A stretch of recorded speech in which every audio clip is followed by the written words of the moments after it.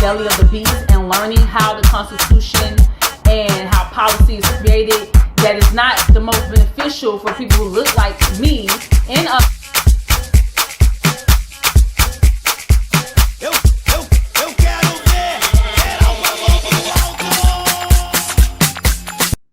Hi, welcome to Moments with Myra.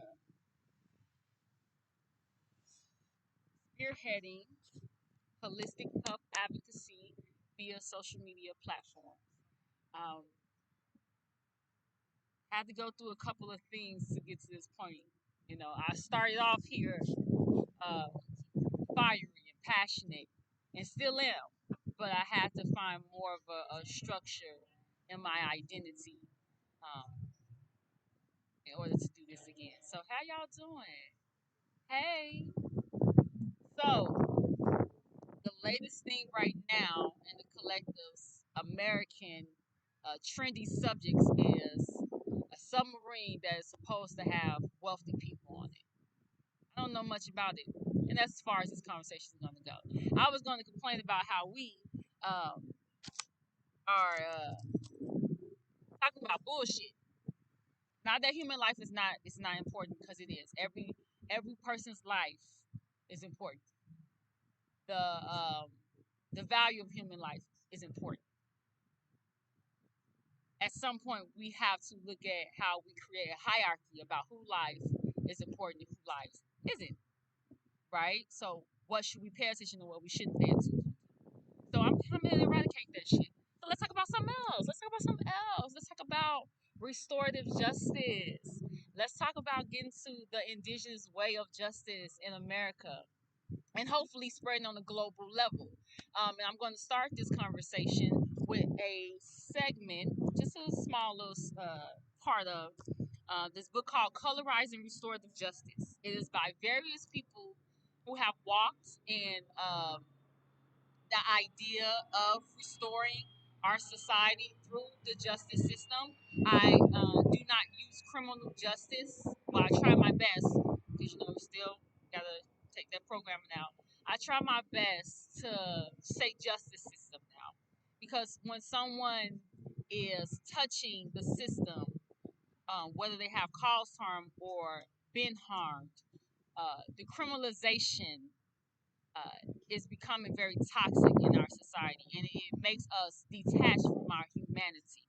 So, as I stated before, this is a great book if you want to talk about restoring our justice system in this country and in this world. Me personally, I use restorative justice because it's the catchphrase. It's the phrase that most people. Oh yeah, I know what that is. I'm on something new. I want to innovate some shit, right? So I take from the bits and pieces of the masters, of the teachers, of the students, of this space, and I'm creating my own stuff. So let's get into this part of the restorative segment that I want to focus on, and it's from chapter 11. It's In My Rightful Place, Shamika Mattis, and Miss Shamika has a segment where she says, using the restorative ways to hold each other up. It is crucial for me to set the stage in this realistic, restorative way, because along this journey, I've paid attention to and quieted the noise in my head. The self-doubt that tells me I'm not good enough or competent enough, that I'm not seasoned in this work to navigate it responsibly, that I will fail, or that I will let my people down. This self-doubting is the noise that sexism, homophobia, classism, and most certainly racism has planted in my consciousness. Not to mention the other battles with oppression I had to fight as a woman of color. When I sit with white people in restorative justice spaces, I am aware of the ways in which I sometimes feel displayed or perceived as a minstrel show, or that I'm being tested through white microaggressions, because they don't believe I'm skilled. Instead of letting this internalized inferiority dominate me, I take deep, slow breaths and name what's showing up for me internally. This meditation, like exercise affirms the people who are around me, including myself. Managing myself in the actualization way helps me to see fully in the space and to be in the present. It is also emboldens me when it's my time to speak, to confront oppression outright without fear, no matter the community that I'm sitting in at the time. I read that, and that's on page 199 and 200. Once again, it is chapter 11, and it's the title is "In My Rightful Place" by Miss Shamika Mattis. All right, thank you, Miss Shamika Mattis. When I read that, full disclosure, let's get into it. Let's talk about some real shit.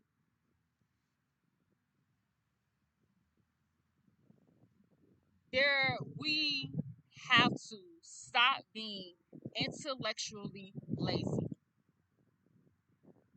We have to stop being intellectually lazy. And when I say that, I mean what what we have done as melanated people on this earth. We have allowed ourselves escapism via the illusion of white supremacy because of all of the things we have experienced through colonization. Little drip drip. And because it has been so easy to stay in victim mode or victimization of the illusion of white supremacy, when you find your comfort, your soft spot, your comfort spot in it, and you find your identity, really, you're not gonna work to dismantle the shit.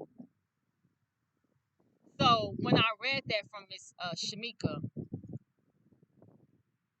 there's a lot of ways I could have went after completing law school. But most of those ways, if I followed the societal norm, will reproduce the same shit that we complain about on a daily basis. And I'm a solution-based type of person. The conversation that I want to have, based on what she said, and I'm a woman of melanation, because everybody's a person of color, if we want to be technical. White people are people of color. If anything, they are the people, I don't remember which comedian said it, I think it was Eddie Griffin. They are some of the most colorful turning people in this world. So everybody is of color. Um, it's shit like that. That's the type of things that make my brain happy. Questioning it. Like, blackness to me is God, and I understand why I'm labeled as a black person. But when you look at me, what do you see? What complexion is my skin? It's brown. So that's what I'm saying.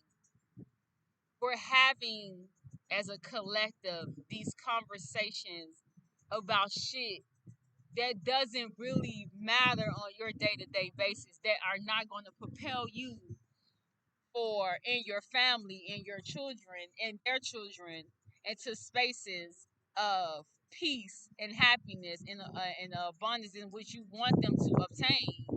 Um, for the simple fact that you want to find escapism in the norm of the illusion of white supremacy, of the norm of the hierarchy of wealth in this country, when it doesn't benefit someone like you and me. If you're tuning into this, unless you are a billionaire or, one of those people, and I don't like to call them elite because I feel like I'm elite. I'm elite. You're elite. The knowledge and the intelligence which you bring to this earthly realm is your eliteness. That's your power, baby.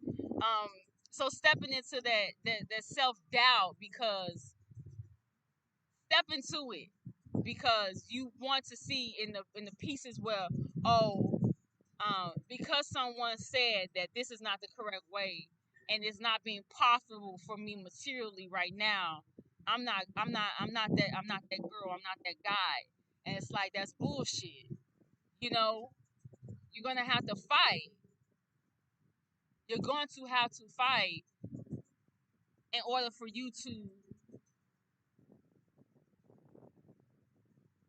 stand strong in who you are. And I pause in that because it sounds so simple, it sounds so simplified. But when you are fighting against minds have been programmed for years, it's not an easy fight. It's not. It's not. When you let go, shit becomes a lot more easy to breathe. But I'm telling you, as someone for 3 years thus far, since 2020, who was one of the people who shit light switch went whoop, it saddens me how quickly other people are so ready to fall into line because they experience discomfort of actually having to see who they really fucking were.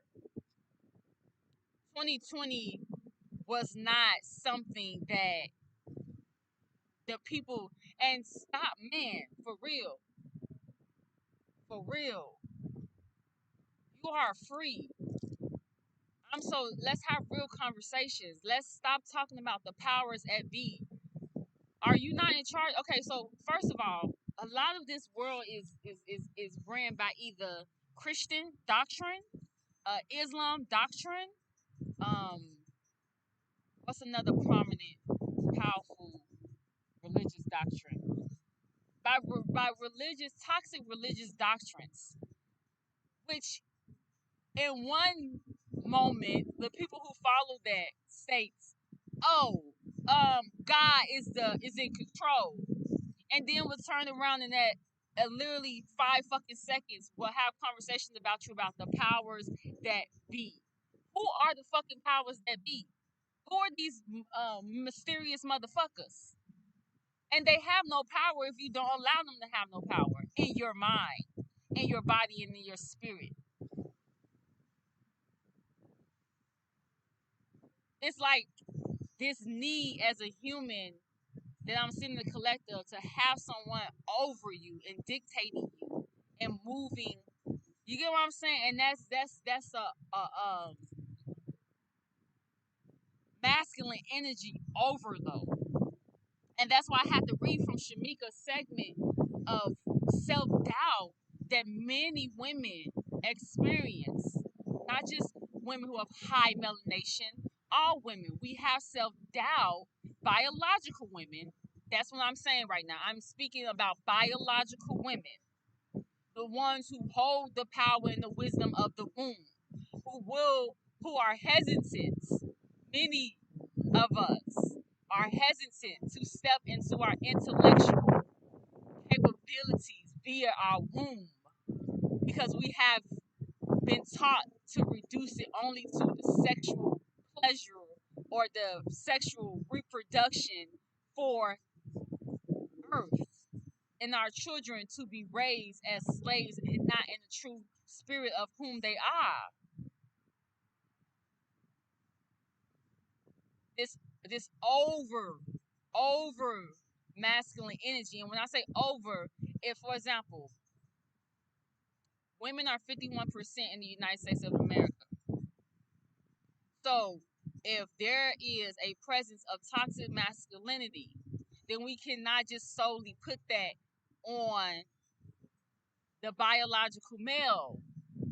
That's masculine energy is in all of us. So if it's overload of it, and we talking numbers, because a lot of people like, there's not, you're not talking logical. What about science? If we talking science, and we outnumber biological males, yet our country is dominated by a patriarchal idealism of capitalism, of pimping, especially of the woman, who is the main vessels in which producing this type of society, the woman. And I know from experience how um, we as women, I say we because I'm in a state of deep programming. Now I'm gonna talk with a lot of arrogance. I'm gonna talk with a lot of like I know what the fuck I'm talking about because I do know what the fuck I'm talking about. What I know, and what I don't, I'm willing to learn.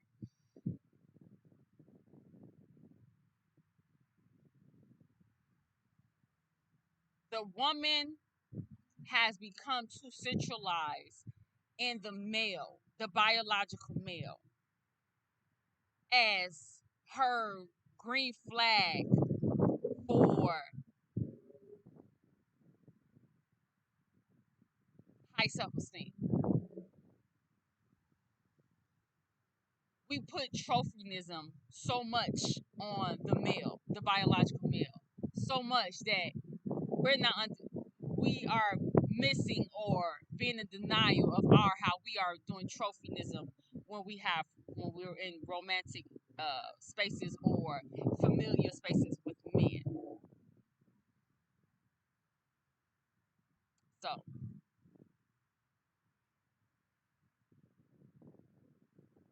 I just want to see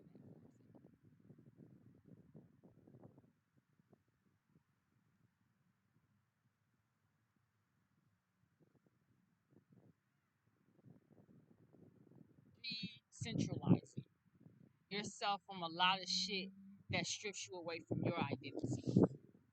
Decentralizing yourself from how you should appear. Decentralizing yourself from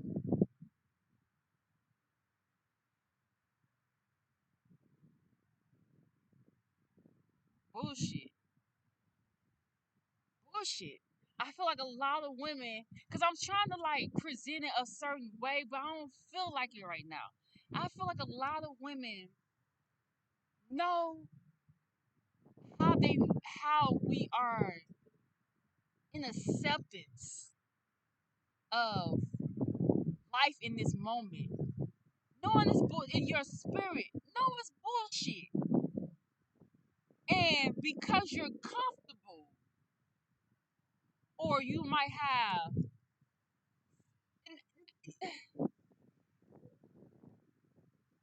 you're scared of rejection. You're scared, and not just rejection for romantic interest. You're scared of family members rejecting you. Man, baby, I know, because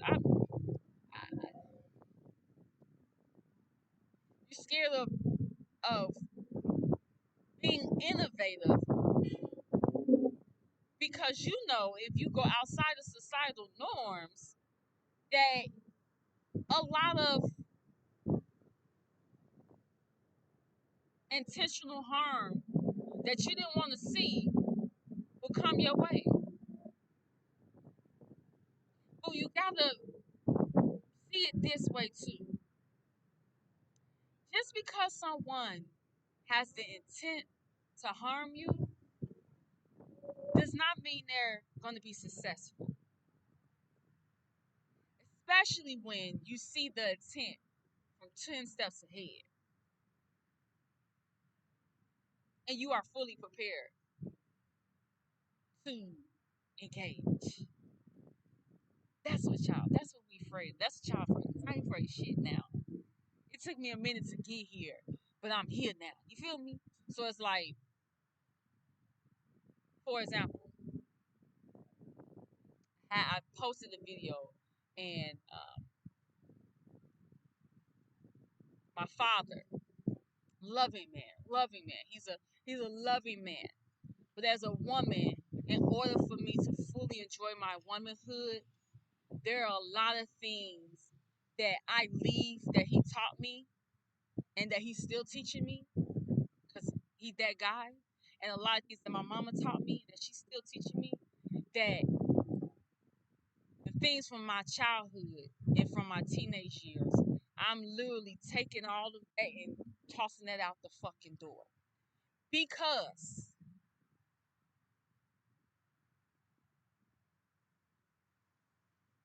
they have they follow under ideologies that are harmful to women who look like me, women who act like me.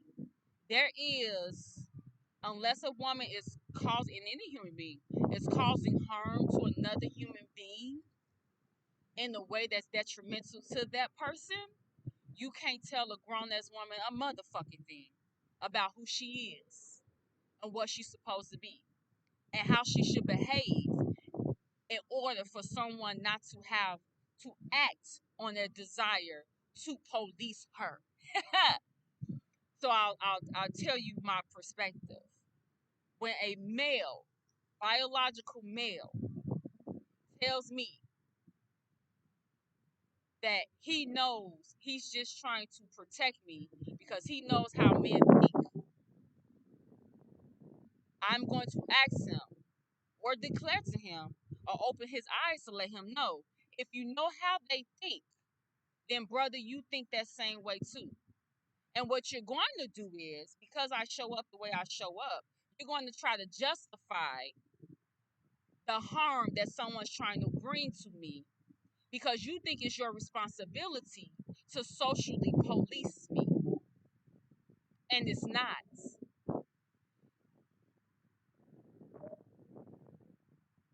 We have to understand that if you get so obsessed with this idea of protection all the time, then at some point when you don't see a villain, when you don't see a bad guy, you and that is tied into your identity, what you're going to do is you're going to create spaces for a person who you're supposed to be protecting to become their villain because that's your identity.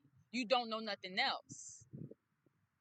So it's like opening the minds of the biological male outside the identity of what they've been told they were supposed to be.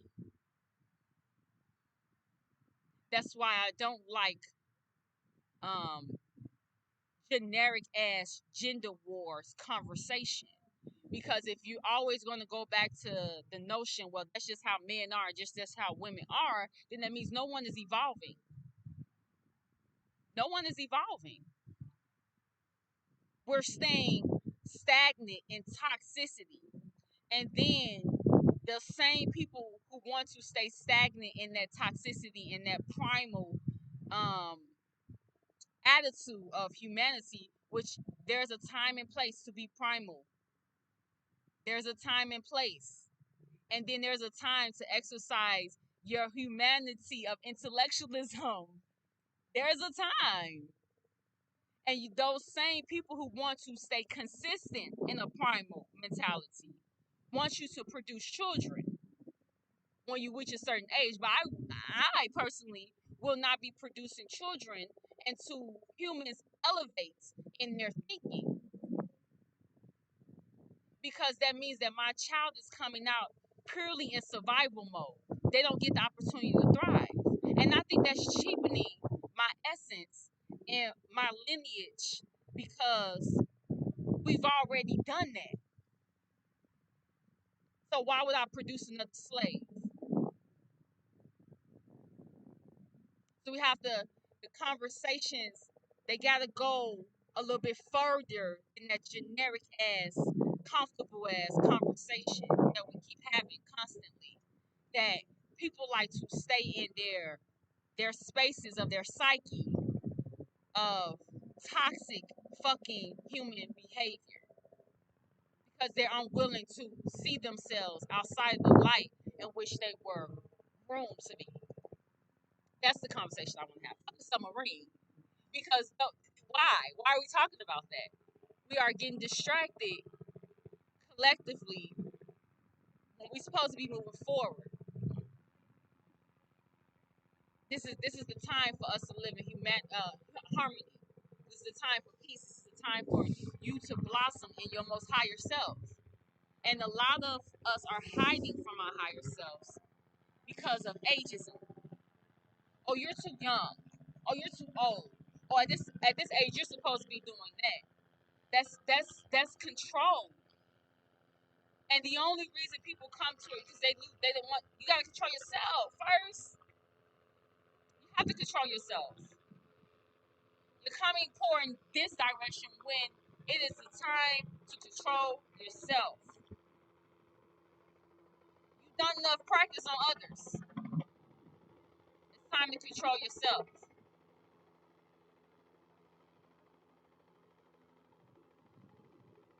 Entiendes? So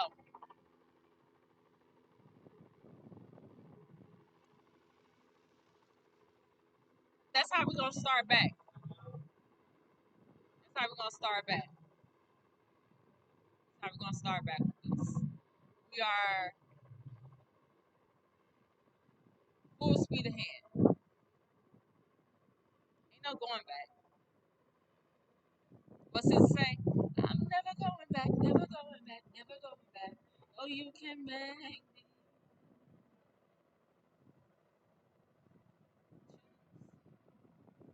For those of you who want to find spaces of conversation, I'm here to elevate yourself, to move forward, to fall into deeper love with yourself.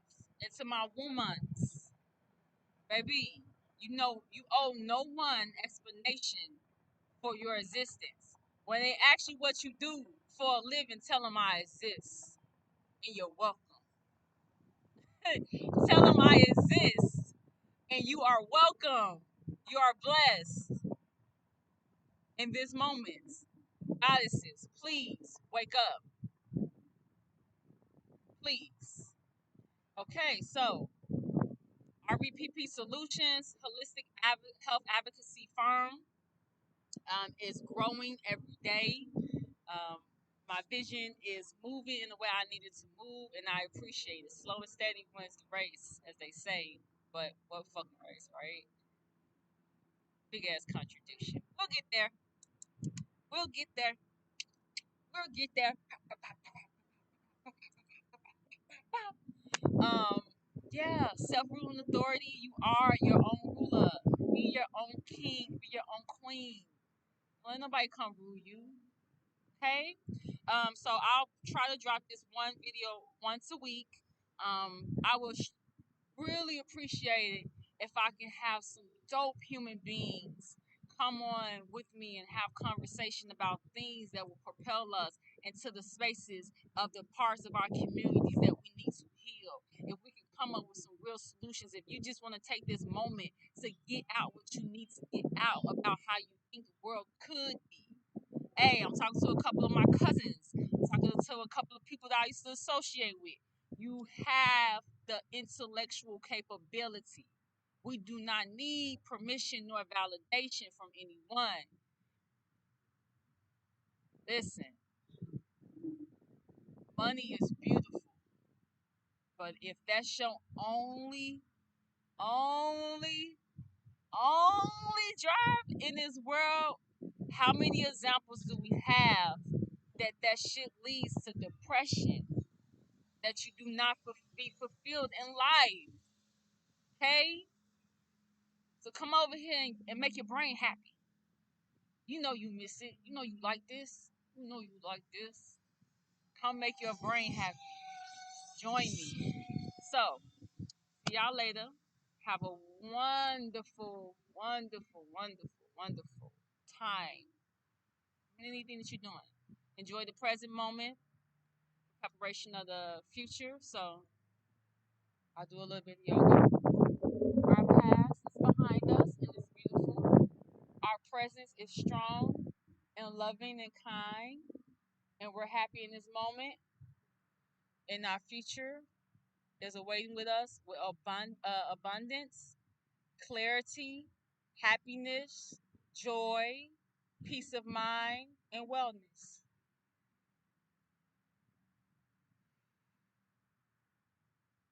Ashe, Aman, Awuma.